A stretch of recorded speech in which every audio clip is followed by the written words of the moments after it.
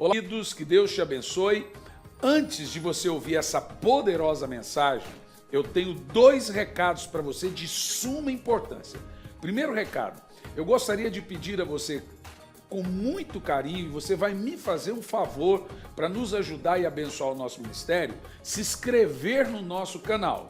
O segundo recado é você dar um like no vídeo e ativar o sininho para receber as notificações. Um outro recado muito importante é você me seguir no Instagram, porque nós estamos usando o Instagram agora com uma ferramenta bem poderosa nesses dias para evangelização e ensinos e estudo. Bom, mas vamos lá. O recado que eu quero dar a você é que chegou a nós alguns livros de lançamento. Eu sei que você está ansioso para ouvir a pregação, mas é muito importante que você assista esses pequenos minutos, porque os nossos livros contribuem para o nosso trabalho e ajudam muito na evangelização. E eu vou falar aqui de alguns livros e nós estamos fazendo uma promoção nesse kit que eu estou chamando Evangelização e Avivamento. Olha o que chegou na nossa editora, o livro Transferência de Unção. E aqui eu tenho uma frase de John Wesley: eu me coloco em chamas e o povo vem para me ver queimar. Esse é o meu mais recente livro, o livro Transferência de Unção, e eu falo desse grande e último despertamento espiritual que virá sobre a terra. Meu irmão, aqui tem coisa tão profunda, mas tão poderosa. Já tem gente lendo esse livro e recebendo uma unção poderosa de Deus na vida dele, capacitação, dons, gente operando com sinais, prodígios e maravilhas. Esse último avivamento, esse grande despertamento que está vindo sobre a igreja do Senhor Jesus, eu creio, será o último grande despertamento. Então, esse livro está dentro desse combo que eu estou falando agora. O mais recente, gente, é esse aqui. Olha que livro, Senhor, Salva-me, de John Wesley. Olha que livro. John Wesley é o maior avivalista, evangelista de todos os tempos, desde os apóstolos, entre 1700 a 1791. Esse livro aqui foi um livro traduzido pela nossa editora, eu fiz toda a tradução do livro, traduzido para a linguagem da nossa editora. É um livro feito para você dar de presente para quem não conhece Jesus, dar de presente para quem conhece Jesus e para você. Aqui está tudo sobre o maior e o mais profundo entendimento da salvação. Livre-arbítrio, graça preveniente, justificação. Toda a doutrina wesleyana está contendo aqui nesse livro de uma forma simples, fácil de entender. Esse livro vai ser um dos maiores mecanismos que Deus vai usar, vai por mim, para você ganhar sua família para Jesus. Aqui tem estratégias que Wesley usava para evangelização. Você sabe, John Wesley ganhou mais de 1 milhão de almas para Jesus, em cima de um cavalo. Então, ele tem muito para nos ensinar como passar e evangelizar as pessoas e como ganhar almas. Lendo John Wesley, que Billy Graham também ganhava almas. Todos os maiores e grandes evangelistas, grandes ganhadores de almas, eles são porque aprenderam isso, obviamente do Espírito Santo receberam o ministério, mas aprenderam essa grande estratégia que Deus deu a John Wesley para ganhar almas, ganhar vidas em massa, muita gente para Jesus. Então, lançamento da editora vem, Senhor, Salva-me. Dentro do nosso combo Evangelismo e Avivamento, também tem um livro nosso que veio ano passado, Curando os Enfermos em Nome de Jesus. Esse é um livro que eu escrevi. Esse livro é para ativar em cada irmão o ministério de milagres, os dons de curar. Você vai terminar esse livro e vai receber o impacto de Deus, os 3 dons que mencionados por Paulo na Bíblia, que são dons de poder. Quais são esses dons? Dom da fé, dom de curar e operação de milagres. Olha aqui, curando os enfermos em nome de Jesus. Agora olha o outro livro da nossa editora que você vai poder adquirir dentro do nosso combo Evangelismo e Avivamento. Aqui é de um outro avivalista do século 17, John Wesley do século 16, esse é do século 17, Graça para o Culpado, de Charles Haddon Spurgeon. Também uma grande, poderosa ferramenta de evangelização. É livro que você compra, dá para o católico, dá para quem leia esse livro e entenda o evangelho. ferramenta para ganhar almas. É presente que você dá para quem você ama e quer que ele receba Jesus. Graça para o Culpado, de Charles Spurgeon. E, dentro do combo Evangelismo e Avivamento, esse livro, gente, meu Deus, esse livro de um americano, Steve Swishers, Fogo do Avivamento para Hoje, também junto com o meu livro A Última Onda, Transferência de Unção para o Nosso Tempo. Esse livro vai falar do poder do Espírito Santo que será derramado sobre nós nesses últimos dias. É maravilhoso esse livro, você vai ler e chorar muito no Espírito. Então eu falei para você aqui, ó, de 5 livros do nosso editor, editoravem.com, no rodapé aí está o site da editora, onde você compra esse livro, chega na sua casa em qualquer lugar do mundo. Qualquer lugar do mundo vai chegar pelo correio na sua casa. São 5 livros, Evangelismo e Avivamento, que vai chegar na sua casa, e você adquirindo esses 5 livros, eu vou te dar de presente esse mangá de batalha espiritual para as crianças, que seu filho vai amar, que são as aventuras de Luke, batalha espiritual para as crianças. Então aí vai 6 livros. Os 5 livros e mais a revestinha você pode adquirir pelo nosso site, editoravem.com. Você vai entrar, vai estar lá, combo, Evangelismo e Avivamento. Você vê quantas vezes você vai pagar, vê como vai chegar na sua casa pelo correio. E o combo, olha que presente, está custando R$100 os 5 livros e mais a revistinha de presente e chega na sua casa. Que Deus possa ministrar na sua vida através da mensagem. Volto a dizer, ative o sininho, se inscreva no canal, dá um like, dá o seu comentário e me siga no Instagram. Que Deus te abençoe. Hoje nós vamos falar sobre falsos mestres, aqueles que trazem falsos ensinos, o que são os falsos ensinos, como identificar os falsos ensinos, qual é a atitude que nós devemos ter com os falsos mestres. 1 de Paulo a Timóteo, capítulo 4, versículo 1, começa assim: o Espírito Santo afirma expressamente que nos últimos tempos alguns se desviarão da fé e darão ouvidos a espíritos enganadores e a doutrinas de demônios, sob a influência da hipocrisia de pessoas mentirosas que têm a consciência cauterizada. São líderes que proíbem o casamento e ordenam a abstinência de alimentos que Deus criou para serem recebidos com ações de graça pelos que são fiéis e estão bem firmados na verdade. Pois tudo que Deus criou é bom e nada deve ser rejeitado, se puder ser recebido com ações de graça. Porquanto é santificado pela palavra de Deus e pela oração. Por isso que a gente ora pelos alimentos, por tudo que nós vamos comer. A gente ora santificando tudo. Orientando aos irmãos quanto a esses assuntos, serás bom ministro de Cristo Jesus, nutrido pelas palavras da fé e de boa teologia que tem seguido. Boa teologia que tem seguido. Mas rejeita as fábulas profanas e os falatórios dos insensatos. Exercita-te, porém, na piedade, santidade. O exercício físico o exercício físico de fato é de algum valor. No entanto, a santidade para tudo é proveitosa, porquanto traz consigo a promessa da vida presente e futura.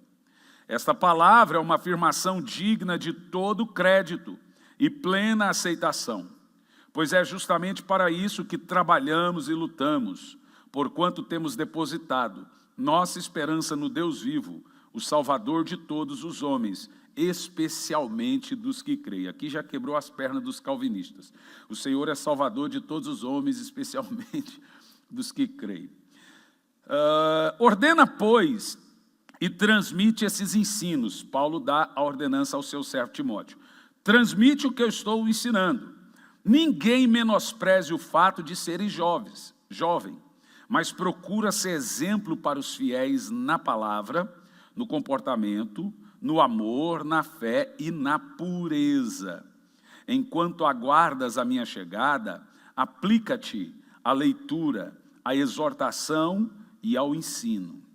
não deixes de desenvolver o dom que há em ti, que foi dado por mensagem profética com imposição de mãos por parte dos presbíteros. Dedica-te plenamente ao cumprimento dessas responsabilidades, para que todos possam testemunhar o teu progresso. Tem cuidado de ti mesmo e do teu ensino.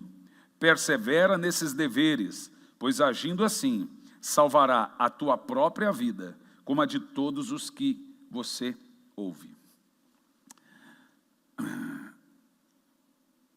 Eu acho que nunca foi tão necessário, em outros tempos, uma mensagem como essa, como está sendo necessário hoje. Nós estamos vivendo dias que precisamos de vacinas. E o que temos aqui hoje é uma vacina da parte de Deus para os momentos que nós estamos vivendo. Nós estamos rodeados de falsos ensinos e de falsos mestres, de falsos proclamadores. E a internet, ela deu voz, ela deu amplitude aos falsos mestres e falsos ensinadores e às falsas doutrinas. Os púlpitos das igrejas estão recheados de espiritismo, catolicismo, cabala, goétia, esoterismo, tudo que você pode imaginar está saindo da boca dos pregadores. Doutrinas de confissão positiva, ensinamentos de mentalização, hipnose clínica, hipnose conjunta, e quando você vai assistir, você começa a perceber, não, mas essa frase aí é de Karl Marx, essa frase aí é de fulano, essa frase aí é de ciclano. Os pastores, ao invés de citar a Bíblia, agora passaram a citar trechos de filósofos ou filosofias. Esses dias eu vi um pastor citando pensamentos de Nietzsche, Friedrich Nietzsche. Nietzsche é o camarada que escreveu alguns livros interessantes, um deles, The Antichrist, onde ele chama Deus de déspota do deserto e Jesus de filho de uma rameira. É isso mesmo. Nietzsche também escreveu livros terríveis. Foi lendo Nietzsche que Hitler decidiu fazer o que fez. E eu estou vendo pastores citando e mencionando filósofos e etc. A Bíblia Sagrada já não é mais suficiente em muitos púlpitos do mundo. Mas depois de falar sobre as qualificações dos líderes na igreja, o apóstolo Paulo volta agora suas atenções para o caráter e a obra do próprio ministro num contexto de apostasia. O que é apostasia? Apostasia é um movimento amplo, como um efeito dominó de abandono da fé. Em muitos anos, em todas as épocas, as pessoas abandonam a fé. Mas a apostasia vai acontecer num período, como um efeito dominó, que as pessoas irão abandonar a fé uma após outra, isso num número muito grande. O apóstolo, prevendo uma grande apostasia no final dos tempos, ele agora vai nos ensinar a identificar se estamos sendo enganados ou não. E alguns pontos devem ser destacados aqui à guisa de introdução nesse texto vacina do apóstolo Paulo para dias de apostasia, como são dias que vivemos hoje. Primeiro, o perigo das falsas doutrinas, do versículo 1 ao versículo 4. Vamos ver, verso 1 ao versículo 4. O Espírito Santo afirma expressamente que nos últimos dias alguns apostatarão da fé, desviarão da fé, e darão ouvidos a espíritos enganadores e a doutrinas de demônios. Veja bem, o que o apóstolo está nos ensinando aqui no versículo 1 é que as falsas doutrinas têm um poder corrosivo, um poder destrutivo e mais destrutivo que a perseguição. Inclusive, perseguição não destrói a igreja. Eu li uma matéria agora essa semana da igreja na China, que eles disseram que apesar da perseguição, a igreja na China está vivendo o seu maior avivamento. A sedução da serpente, ela é mais letal do que o rugido dos leões. ou seja, a palavra enganosa, a palavra sedutora, as falsas doutrinas são como as falas da serpente. E alguns pontos são importantes para você identificar aqui, e são eles: o tempo em que surge a falsa doutrina. O apóstolo Paulo diz que as falsas doutrinas iriam surgir nos últimos dias.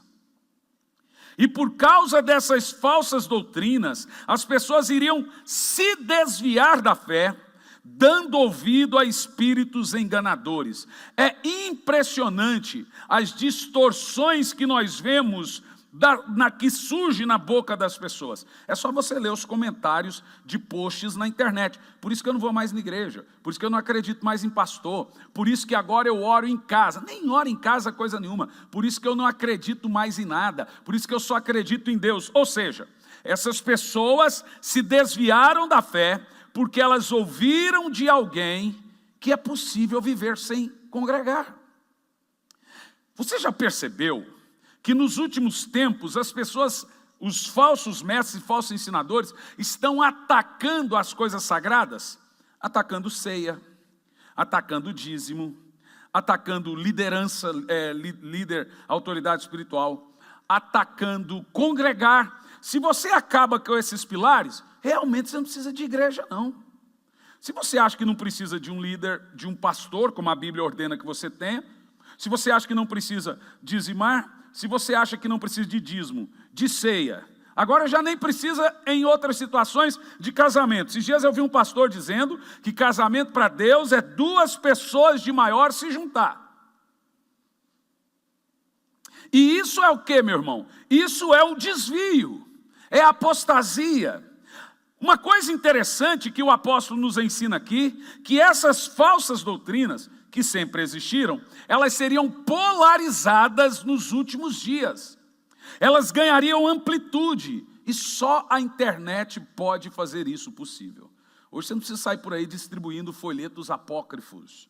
Hoje o Facebook, o Instagram, e pior ainda, o YouTube, proclama os falsos ensinos, assim como também nos dá a oportunidade de proclamar os verdadeiros ensinos. Por enquanto, eles não tiram do ar as palavras verdadeiras, mas escute o que eu estou dizendo, vai acontecer. Já tenho dados de pessoas tirando mensagens importantes do ar, ou do YouTube tirando mensagens importantes do ar. Então, as falsas doutrinas são como o seduzir da serpente para Eva.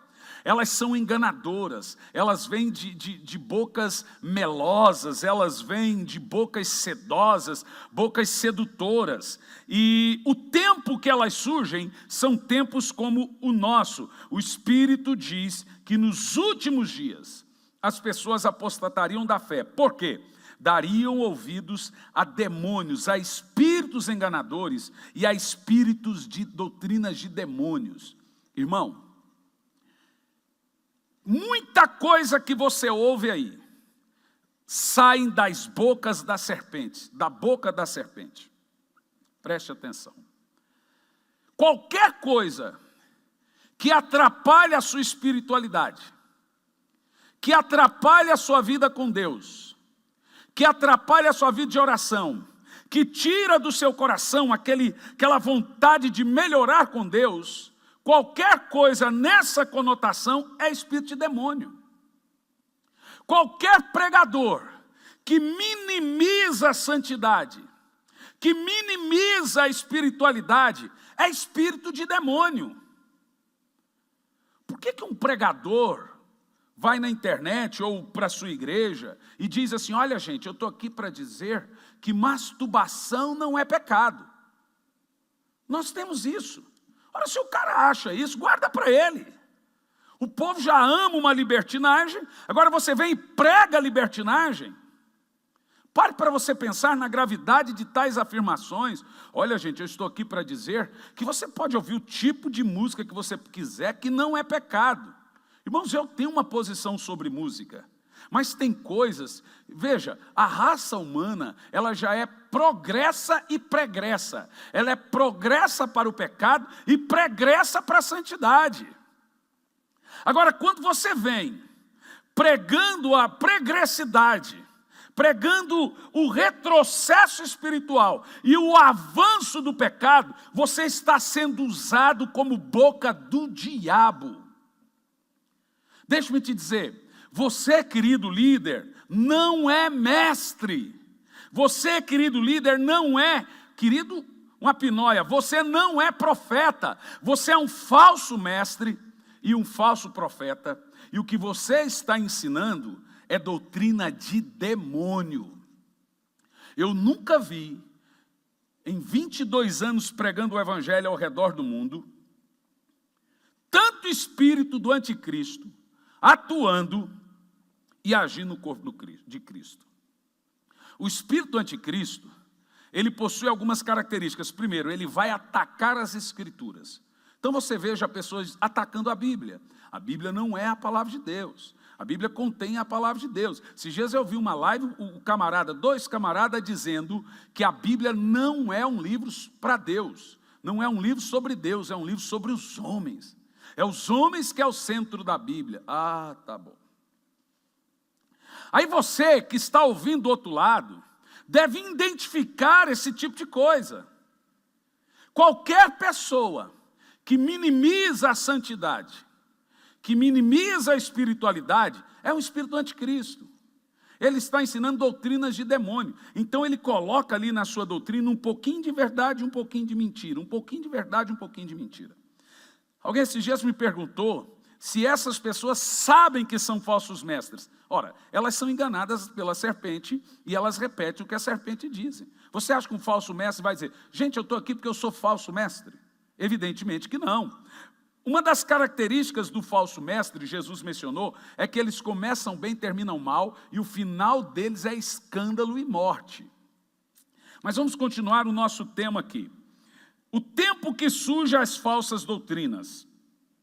Mesmo que o Espírito Santo tenha inspirado o apóstolo Paulo, os alertas que estão aqui para nós são para os presbíteros e pastores da igreja de Éfeso acerca dos falsos mestres. Isso está registrado em Atos capítulo 20, versículo 29 a 30. Agora o apóstolo Paulo está levando esse mesmo alerta que estava registrado em Atos 20 e 29 ao seu servo discípulo Timóteo, que era pastor da igreja de Éfeso.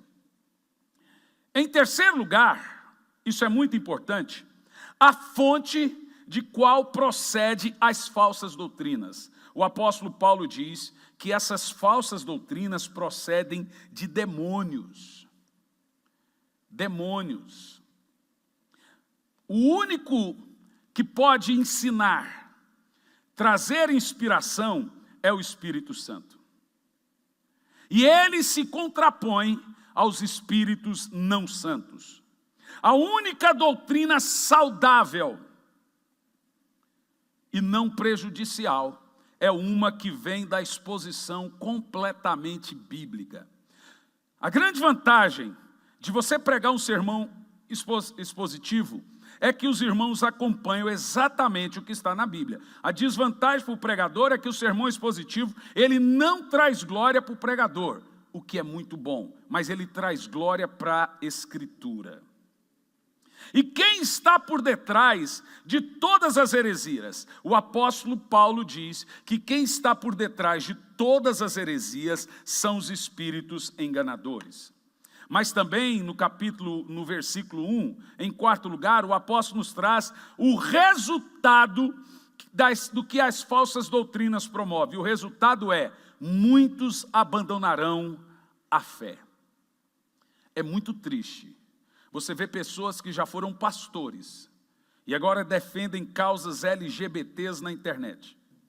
Pessoas que já pregaram, que já discipularam e agora postam fotos bebendo em bares ou cantando músicas profanas. Pessoas que já serviram a Deus, que já foram exemplo, que já foram testemunhos. Isso é apostasia. E sabe o que é apostasia? É quando a mente é cauterizada. Então, quando você vai falar ou vai pregar para essas pessoas, elas já têm a resposta na ponta da língua. É triste você ver irmãos que foram tão amantes das coisas de Deus, agora se comportando como pior que o incrédulo. Porque nem todos os incrédulos, ou a minoria deles, são profanos e devassos. A maioria tem moral ainda, tem senso de moral. Apostasia corresponde a esse tempo em que pessoas pecam cada vez mais e obedecem cada vez menos. Em quinto lugar, a atitude com que os falsos mestres promovem as falsas doutrinas. Versículo 2 diz assim: sob a influência da hipocrisia de pessoas mentirosas. Por quê? O pecado dos líderes são os mestres do pecado. É o mais hipócrita, porque o líder peca é o mestre porque ele sabia, ele deveria ser o primeiro a saber que aquilo que ele está promovendo deveria ser aquilo que ele estivesse proibindo ou pregando contra. Mas também é o mais hipócrita, porque o líder muitas vezes condena em público aquilo que ele faz no secreto. Por isso que a Bíblia chama esses falsos mestres, no versículo 2, em primeiro lugar, de hipócritas. A palavra hipócrita no original é artista, ou seja, há muitos líderes fazendo um teatro em cima do púlpito. Há muitos líderes que propõem uma santidade que eles não vivem. A Bíblia Sagrada afirma que a palavra de Deus só é verdade na boca do verdadeiro líder, do verdadeiro pregador. A Bíblia diz que na boca do falso mestre, a palavra de Deus não é verdade. Ou seja, ele pode pregar sobre o Espírito Santo, as pessoas não ficarão cheias do Espírito Santo, não tem efeito. Ele pode pregar sobre santidade e as pessoas não buscarão a santidade. Ele pode pregar sobre arrependimento e as pessoas não irão se arrepender. Por quê? Ele é hipócrita. A palavra de Deus na boca dele não é verdade. E o hipócrita é também mentiroso. E em terceiro lugar, ele tem a mente cauterizada. O que isso quer dizer? Ele está me ouvindo agora e ele está me rebatendo. E sabe como é que funciona esse rebate? Aí, legalista. Olha, isso aí não é evangelho. Isso aí não é esse tipo de coisa. Ou seja, religiosidade agora virou seguir a Deus com paixão. Sabe, as pessoas chamam de religiosos aqueles que não gostam de faltar culto. Aqueles que são fiéis a Deus em tudo. Aqueles que adoram. Aqueles que priorizam Deus. Mas você sabe qual é o sinônimo de religioso? Religioso é aquele que faz a coisa automaticamente, religiosamente. Religioso, na realidade, é aquela pessoa que tem nome de crente, mas não é crente. É aquela pessoa que vai na igreja quando põe na telha, ou vai só para tomar a ceia, ou vai a cada 2 meses. Tem religioso que não vai na igreja e dá o dízimo. Você sabia que tem gente que vai para o inferno e dizima? Eu conheço gente que ele é tão místico quanto o dízimo, que ele dá o dízimo para manter a segurança das suas finanças. É como um espírita pagar um passaporte para um guia. O religioso é aquela pessoa que no seu coração, ele não é apaixonado pelo Senhor. Mas o que ele faz? Ele ataca os que são e o chama de religioso. A Bíblia chama esse tipo de gente de mente cauterizada, hipócritas, mentirosos. Por quê? Porque ele tem uma vida mentirosa. A família dele é mentirosa. Ele tem segredos escusos, passados nunca confessados e pecados nunca abandonados. Meu irmão, nunca vivemos tanto escândalo no meio do povo evangélico como estamos vivendo hoje. E nos católicos também. Essa semana explodiu nos noticiários do mundo inteiro uma orgia com bebidas, orgia gay, com bebidas no seio do Vaticano. Mas isso não é lá no Vaticano, isso acontece também no meio evangélico. O que acontece? O católico vai lá e ouve isso e fala, não quer saber mais de religião. O evangélico vê os escândalos que são promovidos e diz, não quero mais saber de igreja. Agora deixa eu te falar um negócio, o escândalo é necessário. Mas a Bíblia Sagrada diz em duas coisas sobre escândalos. Agora preste muita atenção. Ai daquele por quem veio o escândalo, ou seja, o cara que escandalizou. Ele vai se ver com Deus. Em segundo lugar, ai daquele que promove o escândalo. É o tal do compartilhar a má notícia. Tem gente aí que pensa que está fazendo um serviço a Deus compartilhando e promovendo desgraça, compartilhando e promovendo escândalo, mas também não tem o que você fala ou faça com pessoas com mente cauterizada. Essa semana teve um debate na internet, ou semana passada, não sei, e o debate era o seguinte: mulher foi estuprada e agora está grávida. Ela tem ou não tem o filho? Mas vocês não estão prontos para essa conversa. Isso num post cristão. Um pastor postou. 90% dos comentários estavam defendendo o aborto. Não importa a situação. Veja bem, quem vai defender a vida que está lá? Qual é a culpa da vida que está lá? Eu sei que o assunto é polêmico e etc., mas aborto é assassinato de profetas. Quantos profetas nasceram no mundo de histórias tristes? Você já percebeu que todos aqueles que defendem aborto são os que já nasceram? E agora eles têm vida suficiente para defenderem um aborto? Então nós já temos líderes e pastores pregando abertura e abrindo, defendendo abertamente o aborto. Teve um que disse: eu sei que aborto é proibido na Bíblia.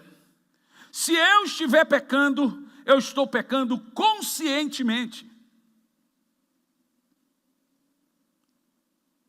São coisas como essas, meus irmãos, que nós devemos pregar. Você que me assiste, nós não estamos aqui para citar nome, você nunca vai me ver dizer isso, mas a Bíblia nos manda trazer ensinos mostrando o que é falso ensino e falso profeta.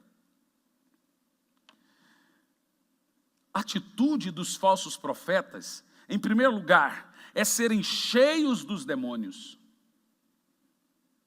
Em segundo lugar, é repassar esses ensinamentos de demônios. Para quê? Para confundir. E a Bíblia chama isso de falsas doutrinas. A Bíblia diz também que eles têm a mente cauterizadas, ou seja, os falsos mestres são como atores.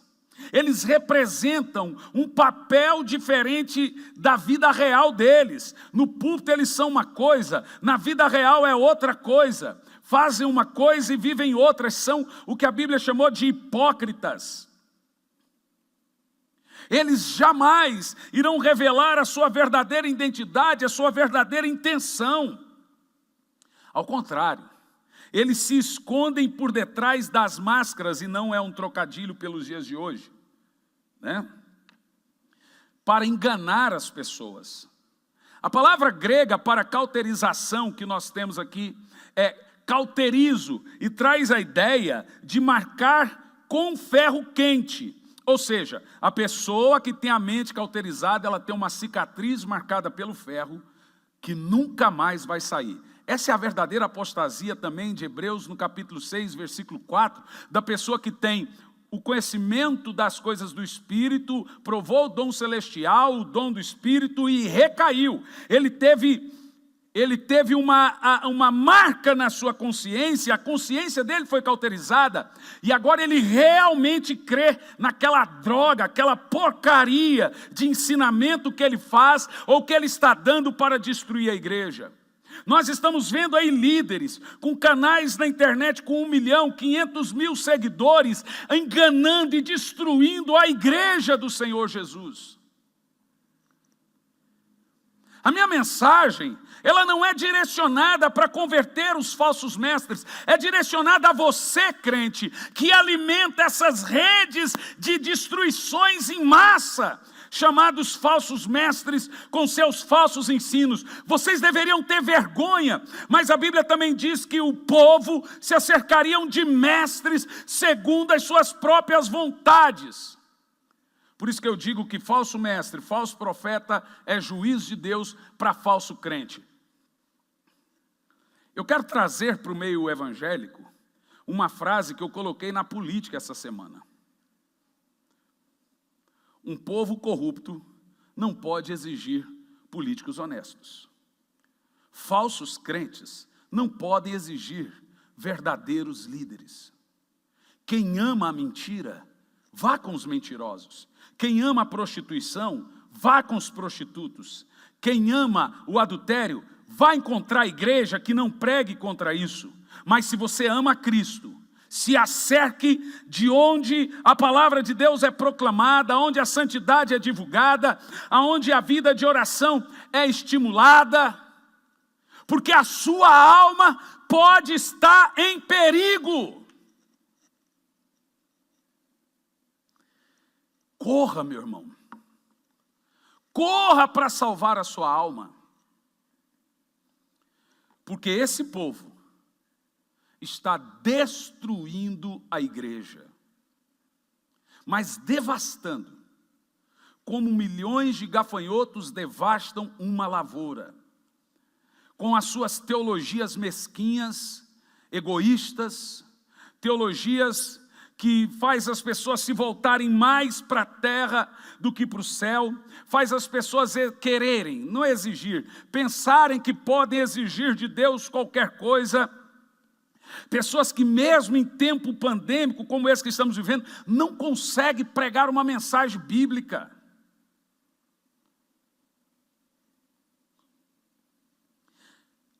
Caterização da mente, ou cauterização da mente, é alguém afirmar com os lábios o que ele nega com a vida. É a palavra de Deus não ser verdade na boca dessa pessoa. A Bíblia chama isso de consciência morta. Sabe, não é difícil você identificar falsos mestres ou falsos líderes. A Bíblia diz que eles deixam um rastro de morte e falso testemunho. Eles terminam mal o ministério. Na Bíblia, terminar mal tem um conceito diferente dos nossos dias. Por exemplo, não é terminar mal no sentido de morrer por amor a Cristo. Não é terminar mal no sentido de ficar pobre, porque por amor a Cristo. É terminar mal no sentido de não terminar bem o proposto e a missão que Deus colocou para ele. Cauterização é afirmar com os lábios e negar com a vida. Os falsos mestres têm uma falsa ética. Eles não são exemplo de família, eles não são exemplo de espiritualidade, eles não transmitem segurança espiritual, eles não transparecem honestidade na fala deles. Eles são falsos mestres. Em sexto lugar, nos versos de 3 a 5, as distorções que as falsas doutrinas provocam, versos de 6 a 5. Orientando aos irmãos quanto a esses assuntos, serás bom ministro. Olha o que o apóstolo está falando. Se você pregar a verdade, você vai ser um bom ministro de Cristo Jesus, nutrido pelas palavras da fé, e olha isso, e da boa teologia que tem seguido. O que seria aqui, meus irmãos, uma boa teologia? É o ensino verdadeiro regado com o poder do Espírito. Inclusive eu digo que avivamento é teologia pegando fogo. Boa teologia não é uma teologia mágica, fabulosa, é uma teologia bíblica, que se fundamenta somente naquilo que está escrito. É o literalista, é o biblista, é a pessoa que lê como se lê, crê como se leu, fala como se leu. Ele não faz curtucionismo, florianismo. Ele crê no que a Bíblia diz e acabou. Ele não descredibiliza a Bíblia, porque hoje a igreja está desse jeito, ó, dessa forma. E quando eu falo a igreja, não estou atacando a igreja santa e imaculada, estou atacando a igreja que está ruindo. Ela está dessa forma, ó. As pessoas não conseguem mudar de vida, elas mudam de teologia. Mudam o que crê. Antigamente, você pregava contra pecado e as pessoas mudavam de vida. Hoje você prega contra pecado e as pessoas mudam de igreja. Olha o ponto que chegamos. Se você estiver numa igreja que o pastor confronta seu estilo de vida, fica ali, irmão. Você pode não ir com a cara do pastor. Segurança espiritual você tem. Agora, se você estiver numa igreja que o pastor sabe que você tem vida dupla, que você tem amante, que você mente, que você engana, e ele deixa isso acontecer, e deixa isso permanecer, você sabe que além dele ser um falso profeta, um falso mestre, você é um falso crente.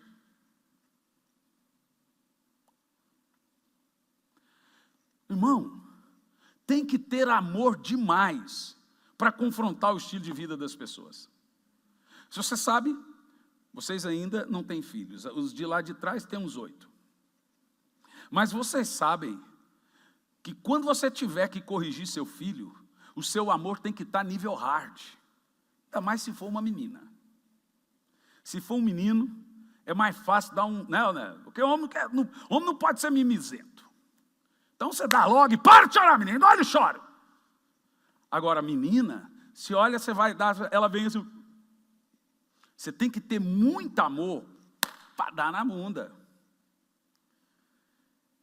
O amor, ele é no seu ápice maior, exemplificado, quando você tem que corrigir.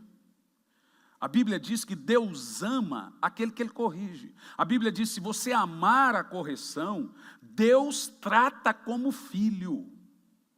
A Bíblia diz, não desmaieis quando por Deus for açoitado. A palavra é aqui, ó, açoitado.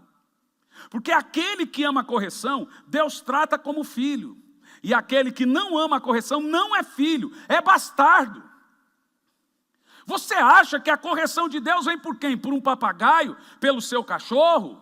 Ou vem pelo vizinho? A correção de Deus, ela vai vir pela boca dos verdadeiros mestres que veem os desvaneios e desvio da igreja e corrige.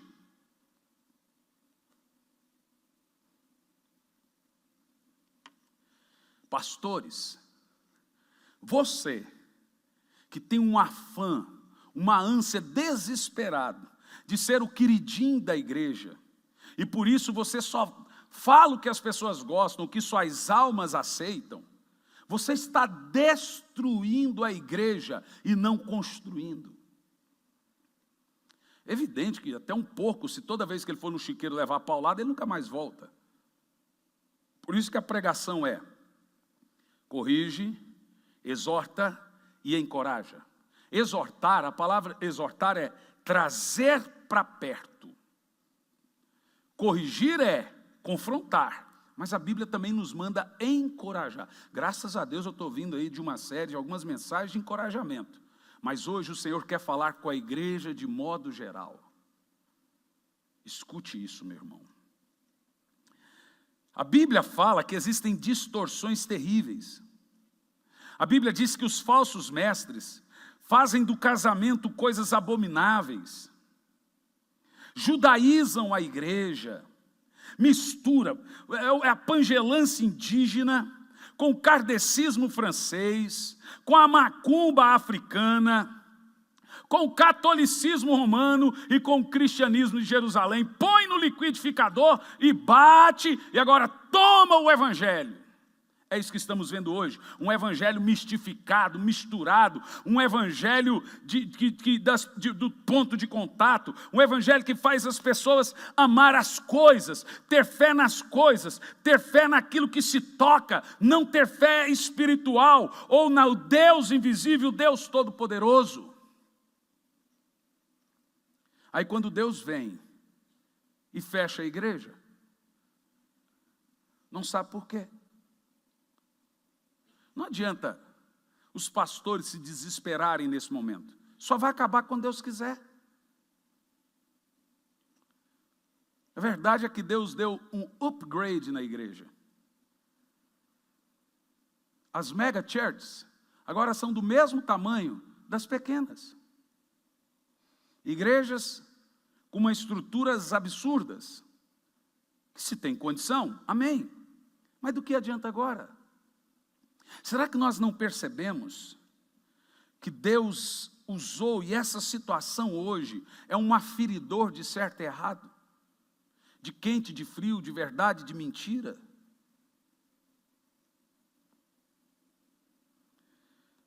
Essa mistura nasce um codimento perigoso, uma heresia perigosa chamada gnosticismo, que devastou a igreja do primeiro século, e agora ele está hoje de novo, porque o gnosticismo é uma mistura de muitas crenças. E nós tínhamos pregadores, apóstolos, que o livro do Apocalipse chama de falsos apóstolos, gnósticos. Arrasou a igreja, gente. Pra você ter uma ideia, 50 anos depois do avivamento de Éfeso, com Paulo, a igreja já tinha abandonado o primeiro amor. O gnosticismo está no Brasil hoje, escondido por falsas doutrinas, escondido por falsos ensinamentos. Meu Deus, o que alguns cantores, porque tem muitos cantores gospel, são uma benção, mas o que alguns cantores gospel estão fazendo, fecha a tua matraca. E aí você vai na internet, o cara tem milhões de seguidores, aí a pessoa defende causas antibíblicas, causas anti-espirituais. Para ele, espiritualidade é anti-espiritual, e espiritualidade é religiosidade. Parem de destruir a igreja, e você, pare de dar ouvido para esse tipo de gente.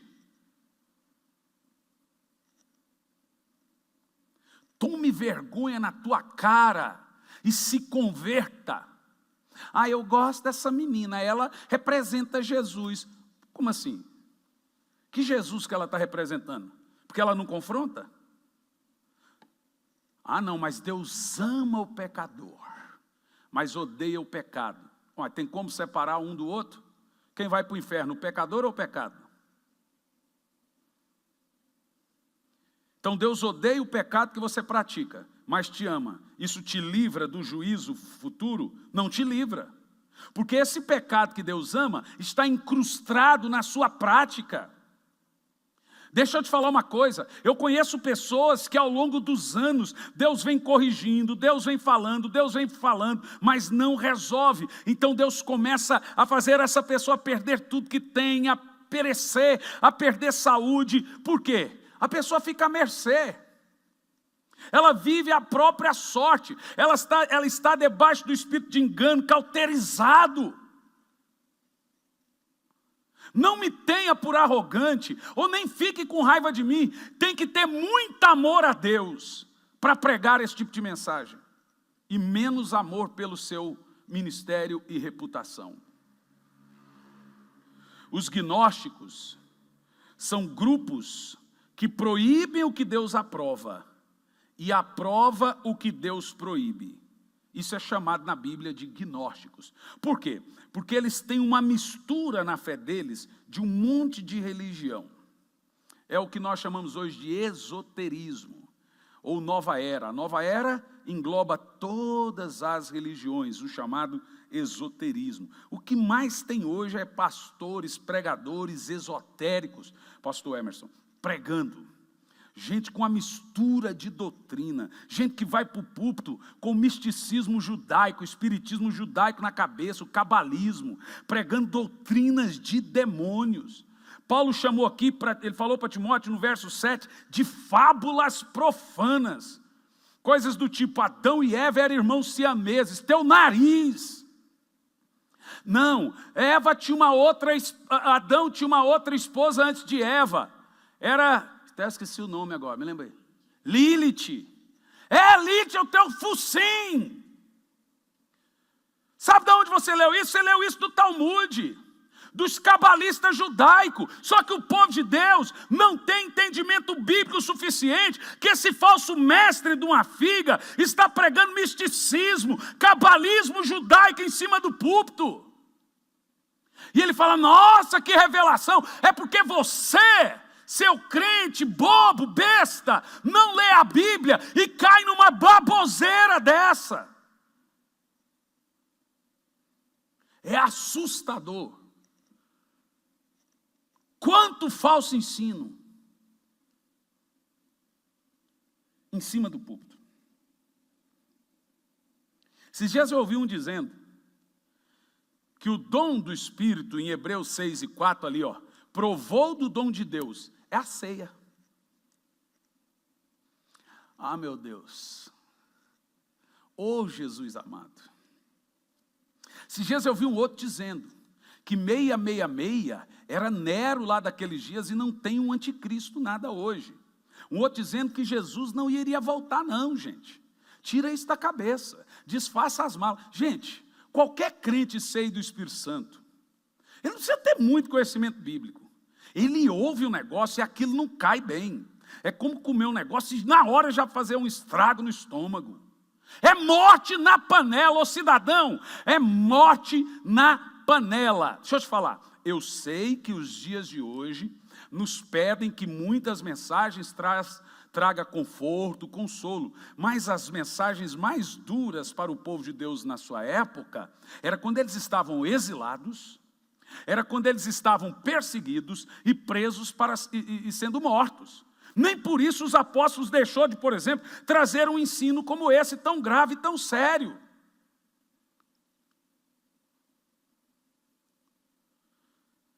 Ai, mas eu vou lá para aquela igreja porque lá, você nunca vai dizer isso, mas em suma é isso.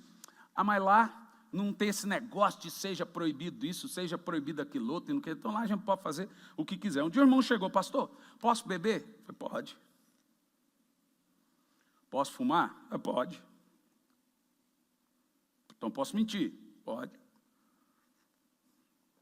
Posso adulterar? Também. Eu posso fazer o que eu quiser? Pode. Você só não pode ir para o céu fazendo tudo isso. Irmão, seja honesto. Eu vou chegar lá no céu. E o Senhor vai me chamar, Hernandes, vem aqui. Você foi muito duro. Você pegou pesado demais. Não era para toda hora ficar confrontando isso e aquilo outro. Você acha que tem essa chance? Então nós somos taxados de pregar uma mensagem sem amor, porque nós estamos preocupados com a salvação da sua alma, meu irmão.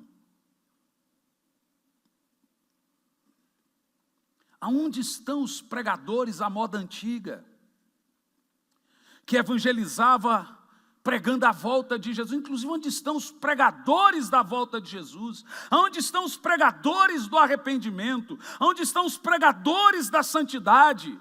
Eles estão aí, mas são poucos.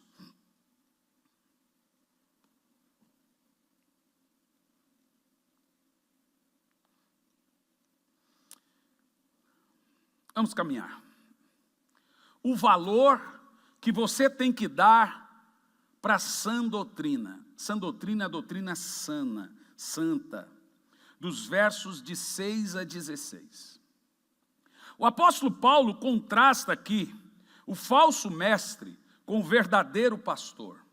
E ele nos mostra qual é o papel do pastor que vela pela verdade e cuida do rebanho. Agora, preste atenção.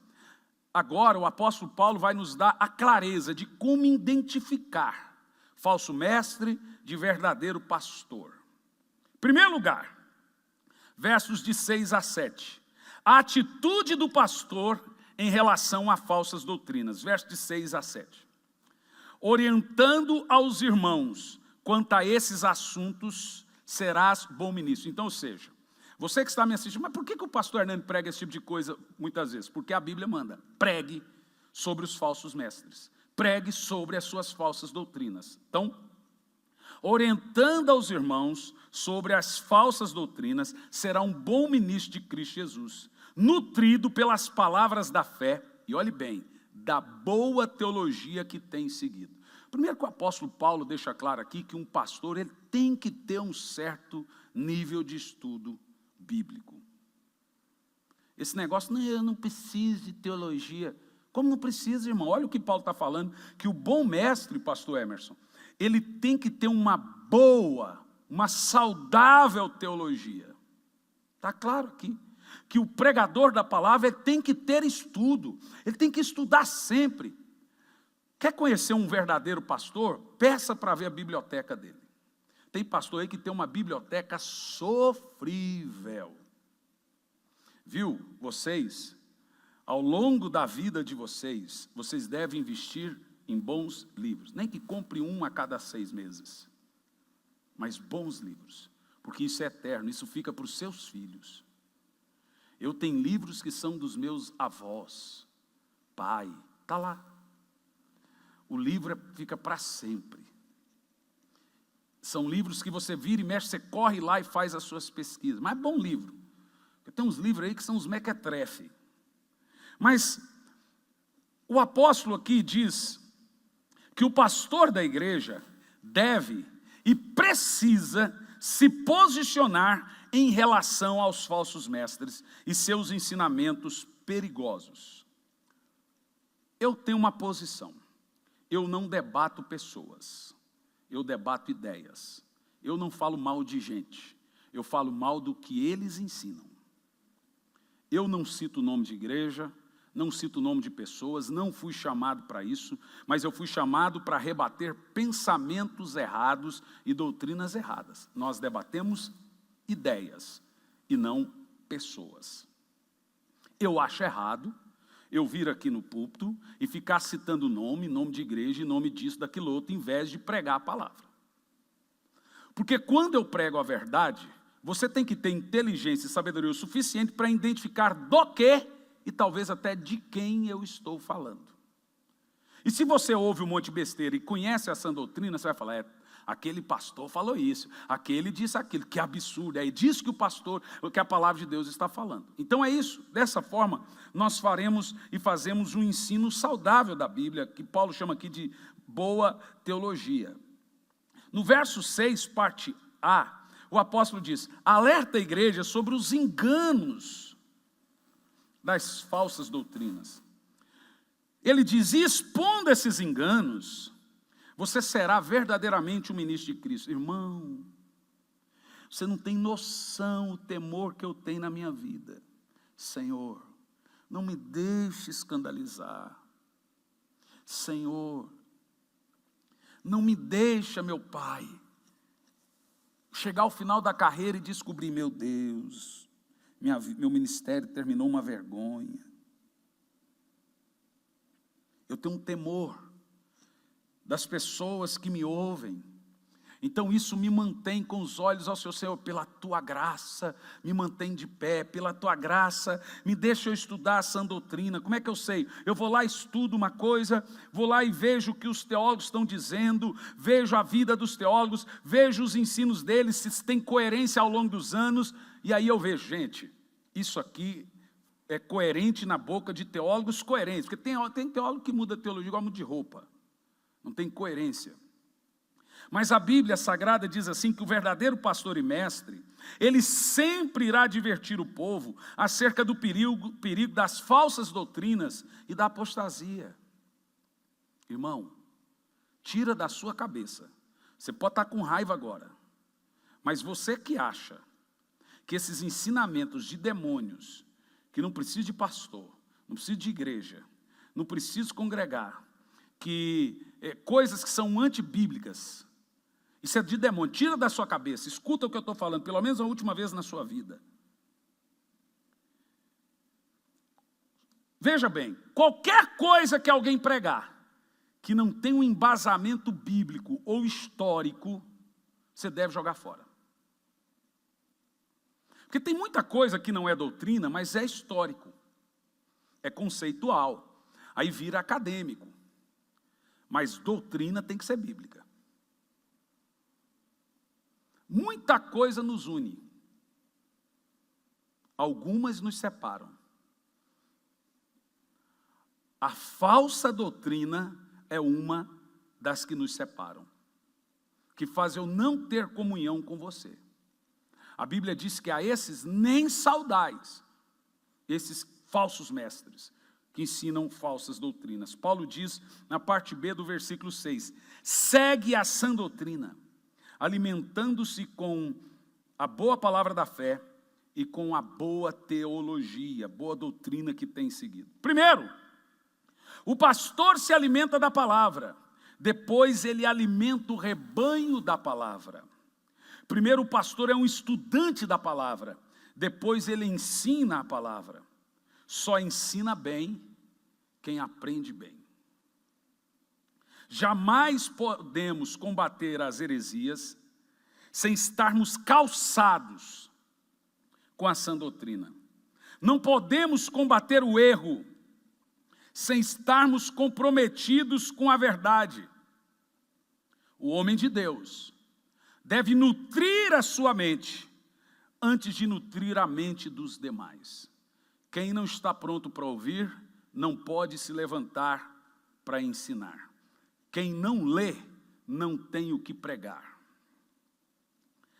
Por isso que Paulo diz no versículo 7, rejeite as fábulas. A palavra fábula aqui é a palavra grega para definirmos historinhas místicas. A palavra fábula aqui é modos, que significa historinhas místicas, porque o judeu ama essas historinhas místicas, sobre os fatos do Velho Testamento. Ou seja, boa parte dos judeus são místicos. Você sabia que tem judeus que, ou seja, o misticismo judaico, cabala e etc., goétia e muitas coisas, creem em reencarnação? Você sabia que a reencarnação vem do judaísmo? O ensino, a doutrina da reencarnação. Você sabia que os maiores feiticeiros do mundo vêm do judaísmo? De tantos reis na Bíblia Sagrada, fala para mim quantos não foram feiticeiros e místicos? Poucos foram servos de Deus. Muitos consultaram demônios, outros fizeram imagens para demônios, outros fizeram templos para demônios, outros eram cheios de demônios e pronto. Mas também, no verso 7b e no verso 8, o compromisso do pastor em relação à santidade pessoal. Olha o que ele diz. Mas rejeita as fábulas profanas e os falatórios insensatos. Exercita-te, porém, na santidade. E ele diz no verso 8, o exercício físico de fato tem algum valor. No entanto, a santidade para tudo é proveitosa, porque ela vai progredir, ela vai levar para você a promessa da vida futura. Veja bem, das 15 ocorrências da palavra esebes, que é traduzido aqui por piedade e santidade, esebes do grego, no Novo Testamento, 13 se encontra nas cartas pastorais de Paulo. Das 15 ocorrências da palavra santidade ou piedade, 13 se encontra nas cartas pastorais de Paulo, e 9 delas só em 1 Timóteo. Timóteo pastoreava a igreja de Éfeso. Aquela igreja que em Apocalipse o Senhor disse que abandonaram o primeiro amor. Trata-se de um conceito muito importante na igreja do Senhor Jesus. Pregar a santidade hoje é arcaico. Se você tivesse ali, festa de máscara, festa de não sei o quê, festa, estava assim de jovens. Mas como vocês são um casal que preza o discipulado, o acompanhamento e a cobrança da santidade, tem muitos que não gostam. Você já viu, jovem, quando ele está sozinho, ele corre para um point, porque quando ele arruma um namoradinho, namoradinha vaza. A prova que o seu namoro não é de Deus é que ele te afastou de Deus. Só que depois volta todo rasgado, todo ferido e machucado, amargurado por causa desse namoro. Infelizmente, tem sido assim. Mas como o jovem é teimoso com o pai, não vai ser com a gente? Tem que deixar ele vir depois, a gente abraça, cuida e passa mel na ferida. O sentido básico da palavra santidade, piedade aqui é reverência, piedade é respeito. O pastor é um homem que tem respeito ou reverência a Deus. A vida do pastor é a vida do seu ministério. Você não separa ética de teologia. A minha ética deve ser dirigida pela minha teologia. Ou seja, sua piedade pessoal é o fundamento da sua autoridade espiritual. Um pregador piedoso é um pregador que tem temor a Deus. E a piedade dele, pessoal, é o fundamento da sua autoridade espiritual. Nos versos de 9 a 11, a atitude do pastor em relação à obra de Deus. Esta palavra é uma afirmação digna de todo crédito e plena aceitação. Verso 10. Pois é justamente para isso que trabalhamos e lutamos, porquanto temos depositado nossa esperança no Deus vivo, Salvador de todos os homens, especialmente dos que creem. Meu irmão, por que você está trabalhando e pregando o Evangelho? Qual é a sua preocupação nos dias de hoje? O pastorado é uma vocação para o trabalho, e não uma plataforma de privilégios, meus irmãos. Vou dizer de novo, pastorado é uma vocação para o trabalho, e não uma plataforma de privilégios. O pastor não pode ser um homem indolente, preguiçoso. Ele deve trabalhar e empenhar-se ao máximo em sua tarefa de levar pessoas a Cristo. Ai, mas ele esgota. Ai, mas ele se decepciona. Você já sabia disso antes de entrar no ministério. Toda pessoa que vai entrar no ministério, a Bíblia diz, avalie. Avalie os custos, avalie o ministério. A Bíblia diz que você seria perseguido. Nós somos a escória do mundo. Nós somos o sal da terra e não doce de leite do mundo. É algo que o povo quer cuspir e não engolir. Ou seja, você sabia que pastorado é uma vocação dura?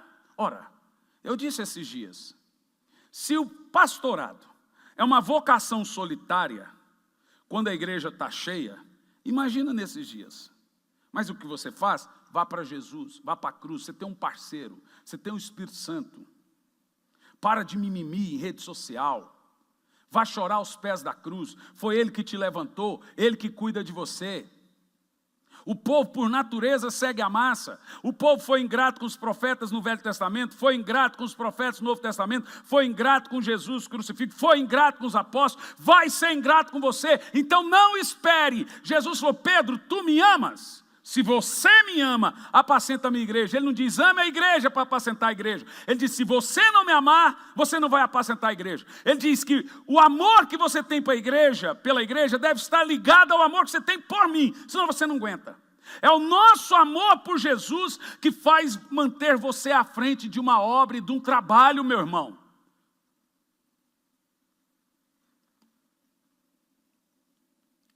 Em quarto lugar, dos versos 12, o compromisso do pastor em ser exemplo para os seus fiéis. Veja o versículo 12. Ninguém menospreze o fato de serem jovens. Isso é para mim, tá? Serem jovens. Mas procura ser exemplo para os fiéis. Como que eu devo ser exemplo? Primeiro, na palavra. O pastor deve ser exemplo no ensino. O seu povo deve gostar de ouvir o que sai da boca do seu pastor. Para isso você tem que estudar. Não fica reclamando aí que o seu povo ouve outro pregador. Estuda a Bíblia e pregue. Para isso você tem que ter conhecimento. Deixa dessa coisinha ralinha. Aprofunda-se na Escritura. Passe a pregar sermão expositivo, que eles acompanham junto com a Bíblia. Aí está resolvido. O problema do sermão expositivo é que você tem que estudar para pregar. Tem que, no mínimo, estudar o texto que você vai pregar. Inclusive, a escola bíblica está fazendo um estudo expositivo de livros, né, pastor Emerson? Agora está em Tiago. Isso é expositivo. Isso é chamado de teologia bíblica. Toda teologia é bíblica, mas teologia que segue só a Bíblia e não também as regras. Ele diz, procura ser exemplo para os fiéis na palavra. Segundo, no comportamento. Terceiro, no amor. Quarto, na fé. E quinto, na santidade. Eu vou ler de novo. O pastor, ele tem que ser exemplo para os fiéis nessas coisas. Na palavra, no procedimento, no amor, na fé e na santidade. Na palavra, o líder espiritual não pode tropeçar na própria língua. Seu linguajar precisa ser puro, suas palavras precisam ser verdadeiras. O líder não pode ser malicioso, suas palavras não podem ter duplo sentido, nem piadas que não convêm. Hoje já fala palavrão em cima do púlpito. Veja vocês que nós temos gente que fala palavrão, conta piada imoral e etc. em cima do púlpito. Olha como nós estamos cercados de falsos mestres. Segundo, no procedimento, a ética, a vida do líder é a vida da sua liderança. A vida do líder precisa ser o avalista das suas palavras. Esse líder deve ser irrepreensível na conduta, em contraposição aos falsos mestres que professam conhecer a Deus. Líder, nesse momento é complicado, tem muita gente devendo, mas essa dívida que adquirimos nesse período não é por nossa culpa. Mas tem gente que tem o dom, o talento de dever, o talento de ter o nome sujo, o talento que não pagar o que deve. Quem é um mau devedor? Que tem um bom devedor. Todo mundo deve hoje, ainda mais na atual situação. Mas é aquela pessoa que na boca dele está assim, ó, quando isso tudo passar, a primeira coisa que eu vou fazer é pagar minhas dívidas. Ele tem no coração dele que ele precisa pagar o que ele deve, porque ele é homem, ou uma mulher digna. Ele é um pai de família. Mas tem gente que deve para todo mundo e sai de férias, posta na internet, aí você vai falar, eu estou sem dinheiro. Irmão, preste muita atenção no que eu estou dizendo. Nós precisamos ser exemplos em tudo, testemunhas em tudo, tem que ter brilho na cara. Hoje até eu ia pregar uma outra mensagem, o Espírito Santo me mandou ali na hora de pregar essa, chamada integridade inegociável, sobre a vida de Sadraque, Mesaque e Abedênego, íntegros. Não negociaram a integridade deles. Tem crente aí, ó, com condição boa, recebendo o seguro do governo de R$600 por mês. Tem gente aí que tem empresa recebendo. E eu não sei quem é aqui não, porque se eu souber, eu fico louco. E se diz crente. Eu conheço crente que não para no emprego 6 meses. Eu não vou trabalhar hoje não, porque eu não estou bem. Rapaz, um pai de família honrado não fala isso não. Um pai de família, eu não estou bem para não trabalhar hoje.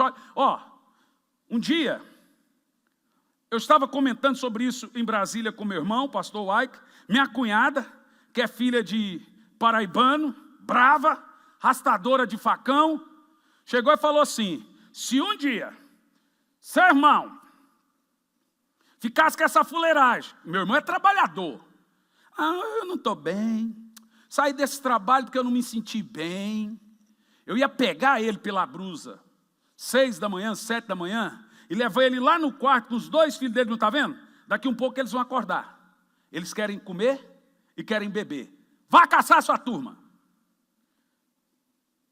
Meu irmão, deixa de vadiagem. Se você leva o nome de homem de Deus, presbítero, líder de alguma coisa, dê exemplo para sua mulher, para os seus filhos, porque se os seus filhos e a sua mulher, às vezes, daqui um pouco não quiser vir mais na igreja, a culpa é sua, que é um péssimo exemplo de homem de Deus. Pergunta para o meu filho o que quer ser, o que ele quer ser, ele quer ser pastor. Mas hoje tem meninos aí, filho, eu não quero ser pastor, igual meu pai, Deus o livre, ou então como sofreu meu pai. Perguntando para minha filha, você quer ser pregadora do evangelho, quer ser cantora? Ela fez assim. Já entendi. Não entendi se era pregador de gritar ou se era de cantar. Porque a vida do líder é a vida do seu ministério. Filhos não faz o que a gente manda, filho faz o que a gente faz. É uma vergonha o que vemos hoje aí. Esses dias, um irmão foi convidado para ir numa de nossas igrejas, por um de nossos líderes. E o camarada falou, olha, vai lá na minha igreja. Falou, quê? Naquela igreja lá, que tem aquele determinado pastor, não era o pastor da igreja, era um dos pastores, que faz isso e isso, e me xinga todo mundo na rua, e faz escândalo, fala palavrão, que me xingou tudo, lá eu não piso nunca mais. Irmãos, nem todos podem dizer que seguem e se arriscam. Ao longo do meu ministério, eu fui mudando muita coisa na minha vida para me enquadrar. Eu sou uma pessoa muito temperamental, mas graças a Deus, há uns 2 anos eu estou limpo. Não bati em ninguém, não criei briga com ninguém, estou limpo, não tive recaída. Porque para mim, irmão, ser bravo, não pisa no meu calo, para mim isso era motivo de orgulho. Hoje é de vergonha. A Bíblia diz que o homem de Deus tem que ser manso. Mansidão não é burrice. A Bíblia diz que Moisés era manso e matou o egípcio na hora que tinha que matar. A vida do líder, a palavra do líder, ela deve ser exemplo. Em segundo lugar, no procedimento. Em terceiro lugar, no amor. O amor é o distintivo do cristão. A marca mais eloquente do líder é como ele mostra, pelas suas atitudes, que ele ama o próximo, ama a Deus, ama a família dele. O líder cristão precisa ter um profundo apego pelos seus irmãos em Cristo e também pela sua família. Na fé. O líder espiritual precisa ter uma fé sem fingimento. Ele deve confiar em Deus e ser fiel. A fé dele tem que ser indestrutível. Mesmo que por dentro ele estiver ferido, ele tem que transferir fé para os demais. Por isso que é uma vocação solitária. Em quinto lugar, na pureza. Éfeso era o centro da impureza sexual. O jovem Timóteo enfrentava muitas tentações nesse sentido. Se ele deveria, nesse ponto, no versículo 4, ser puro. Ele deveria se mostrar puro perante aquela cidade de tanta impureza, indecente, a cidade grega. A palavra grega para pureza aqui é ragneia, que significa integridade de coração. Não é uma integridade mostrada. Não adianta você ser puro, não cantar nenhuma mulher e ser viciado em masturbação e pornografia no escondido. É uma pureza de coração. Integridade de coração nos ensina que não basta não cometer o adultério, prostituição, tem que querer ser puro, guardar o coração. Isso significa pureza. Também o compromisso em relação às Escrituras, versos 13 ao 15. Aguardando, enquanto aguarda as minhas chegadas, aplica-te na leitura e na exortação do ensino. Então eu deixo aqui para os irmãos o que eu sempre falo para os meus alunos, e eu cobro: vocês precisam ler bons livros. Senão vocês não vão. Veja, ele pega a leitura e a exortação e ao ensino. Então, em relação à Escritura, Timóteo precisava tomar 3 atitudes: leitura pública das Escrituras, que é a pregação, o exercício dos dons espirituais e o progresso espiritual. Verso 15, dedica-te plenamente ao cumprimento dessas responsabilidades, para que todos possam testemunhar o seu progresso. Tipo assim, nossa, como o pastor Timóteo cresceu. Para que o povo testemunhe o progresso dele. E aqui eu concluo, termino dizendo, as 2 coisas específicas neste ponto que devemos nos dedicar: sua vida em um comum todo e a sã doutrina. Embora a vida decorra da doutrina e a ética cristã seja filha da teologia, se um ministro do Evangelho não velar por sua vida, ele cairá em descrédito. Então nós não podemos separar ortodoxia de piedade. Deixa eu te falar uma coisa. Tem muita gente que está com Deus em doutrina, mas com o diabo em conduta. Ele tem uma doutrina perfeita e uma ética diabólica. Satanás tinha uma doutrina. Satanás caiu do céu, o pastor dele era Deus. Judas tinha uma doutrina, mas ele não tinha piedade. Tem muita gente que anda, que tem uma doutrina perfeita, uma doutrina perfeita e não tem piedade. Está com Deus em doutrina, mas com o diabo em santidade. Tem Deus só na cabeça, mas Satanás na conduta. Viva a palavra de Deus, meu irmão. Vive as Escrituras. Viva o que a Bíblia Sagrada nos sugere. Agradeça pelos líderes que te ensinam o caminho, ainda que sejam eles duros. Ah, meu Deus, eu sou da época que os pastores eram velhos, hoje não são velhos, mas os pastores eram velhos, tinham um culto de doutrina, que era às terças-feiras, e naquele culto de doutrina era de porta fechada, e o pastor disciplinava, doutrinava, punha no banco, dizia quem ia tomar da ceia e quem não tomava. Então você ia para o culto de doutrina, era o culto que se mesmo faltasse, aí já no outro culto de doutrina, ele que ia ser doutrinado. Então a igreja era assim. Então você chegava lá, e o pastor apontava e falava do cabelo da irmã, e falava da irmã que pôs brinco. Gente, e as igrejas eram assim. Televisão, a irmã agora vai ser disciplinada porque comprou uma televisão. E os pastores eram velhos. Gente, vocês não viam esses pastores rirem. Até hoje eu não sei se meu avô ri, seu pai ri, seu avô ri. Você já viu seu avô rir? Eu nunca vi meu pai rir. Na cabeça deles tinha que ficar assim. Então eles pegavam o microfone, igreja amada, imensurável noiva de Cristo. Ei, menino, senta aí. Ô, irmã, vai cuidar do seu filho. Era desse jeito. Então, pastor, se o jovem saísse da linha, e os cultos de jovens, chamado de mocidade, era assim, ó. Sabe por quê? A igreja avançou, saiu desse legalismo, mas ela se lambuzou com a liberdade. Plantou uma vinha e se embebedou. Mostrou que o povo não estava pronto e não tem maturidade para a liberdade. Não tem. Esses pastores, se um político fosse lá pedir voto para ele, mas ele não punha político em cima do púlpito, nem morrendo. Na minha igreja não se prostitui. Os prefeitos comiam na mão deles. Os vereadores. Eles tinham respeito na cidade. Ali a casa do pastor João não sei do quê. Do pastor Chico não sei das quantas. Ah, hoje, meu irmão, sabe por quê? Porque soltou demais gente indouta e você lança para o diabo essas pessoas. Gente que tinha até um certo conhecimento, mas não tinha preparo emocional, preparo ético.